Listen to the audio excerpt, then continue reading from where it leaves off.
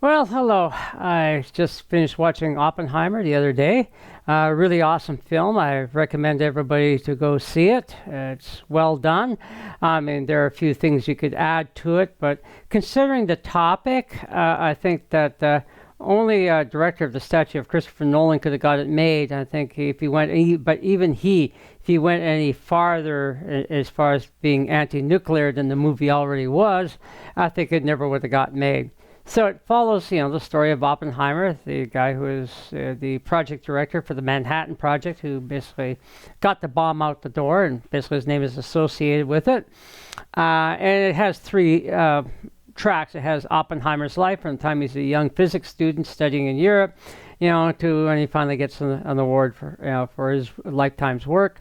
That stream, and then there's the other stream is, of course, following his trial during the McCarthy Red Scare, go after anybody who's a left-wing person, witch hunt, and that horror and misery that he was put through. And the third one is follows, I think Strauss is his name, the director of the Atomic Energy Commission, who is trying to be confirmed as Secretary of Commerce. It follows those three because the director of the Atomic Energy Commission and Oppenheimer's lives were very intertwined, obviously, because for the longest time, nuclear research for weapons was a part of the AEC. So it's, like I said, really well done. It just shows his sort of change. At first he was like really gung-ho about building the bomb because he's Jewish. He wants to use it on Hitler. He wants to get it, built before the Nazis build their bomb, because God help us all if the Nazis have the bomb and we don't. And of course what they're doing to the Jews. Of course, then bang, Germany surrenders and they still don't have the bomb ready, and so it looks like they're going to be using it on the Japanese. At first he's kind of like believes what's been told, that the Japanese are going to fight to the death. We have no choice but to use this, otherwise it's going to save lives, both American and Japanese lives.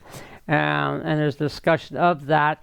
Here's one of the big criticisms that people who have watched it say, and I sort of say, yeah, true, but probably wouldn't have been able to get the film made anyways, is that it really doesn't go into the fact that even at that time, there was dissenting opinion.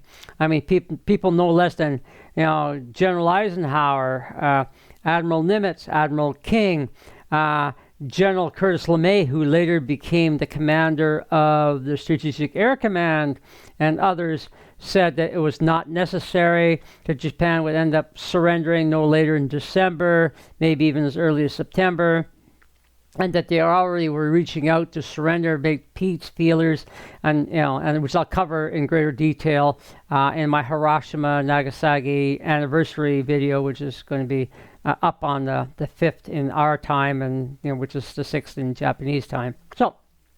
So it didn't really explore that, but it implied that, and it implied that, that he found out that that was the case later on. But like I said, wasn't explicit about it. And certainly as he saw the films, the footage that was filmed from Hiroshima and the victims and stuff like that, you could see the look of horror in his face, but it did not show us those images either. And some people say, well, they should have showed us that. Well, what they did show was him when he was making a speech to his colleagues. You could just see them burned or throwing up from radiation sickness. But it just briefly touched on that, just enough to show that basically he was not really processing the fact, oh my God, what have I built? What have I done? And of course it shows basically his opposition to Teller, who's trying to build the hydrogen bomb or the super bomb, and his morphing into becoming an anti-nuclear weapon activist, wanting to lobby to outlaw the bomb, that they shouldn't be, that we need to put that genie back in the bottle. So it shows that. And of course, which among other things, including his rather, background with the, hanging out with communists and marrying a communist, having an affair with communists and stuff like that, really got him on the Senator McCarthy's, list of people to go after. So, so you can see how all this got played out. And it just shows that evolution, and basically just like, oh my God, what have I created? And of course, the ending really reinforces, I won't spoil it for you. The anti-nuclear message. And I think if anything we got to take away from this is that, okay, yeah, he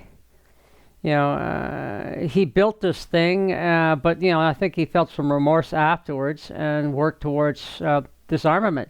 And we should. It brings us up that these are very dangerous weapons. We should not have them. They present an existential threat to humanity, and we should work towards disarmament. But I mean, everybody should. I mean, people say, "Oh, well, yeah, the ban the bomb movement. We're all sponsored by the Soviets and so forth." Well, no, we need a Russian Federation ban the bomb movement, Chinese, People's Republic of China ban the bomb movement, an American ban the bomb movement, a Indian and Pakistani ban the bomb movement, Israeli ban the bomb movement. Same thing with the British and the French. Everybody, we just need to get rid of these weapons because they present a profound existential threat to us. But getting back to the movie, well worth the watch. Go for it. See it. 5 stars. 2 thumbs up. So, bye for now.